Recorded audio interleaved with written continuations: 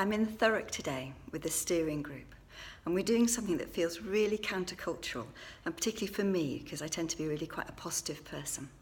So some of you might be familiar with a planning style called PATH, Planning Alternative Futures with Hope was how it was originally described. And you stand in the future and you imagine the best possible future, and then you work back to what you can do today. Well, we're doing the opposite, and it's called a premortum. So it's a bit like a post-mortem, where you do an analysis after something awful or something bad has happened to look at what you could learn.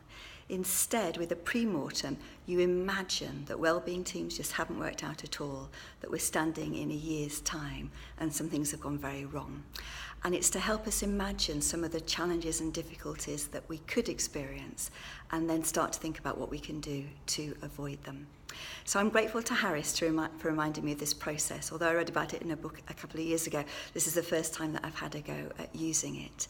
And although in risk processes you're probably doing something similar, what we're hoping is that this will create a bit more energy, a bit more emotion, rather than a rational, logical process. It's really imagining what it'd be like if things haven't gone wrong and trying to pinpoint why that was. So I'm looking forward to doing this with the great people in Thurrock.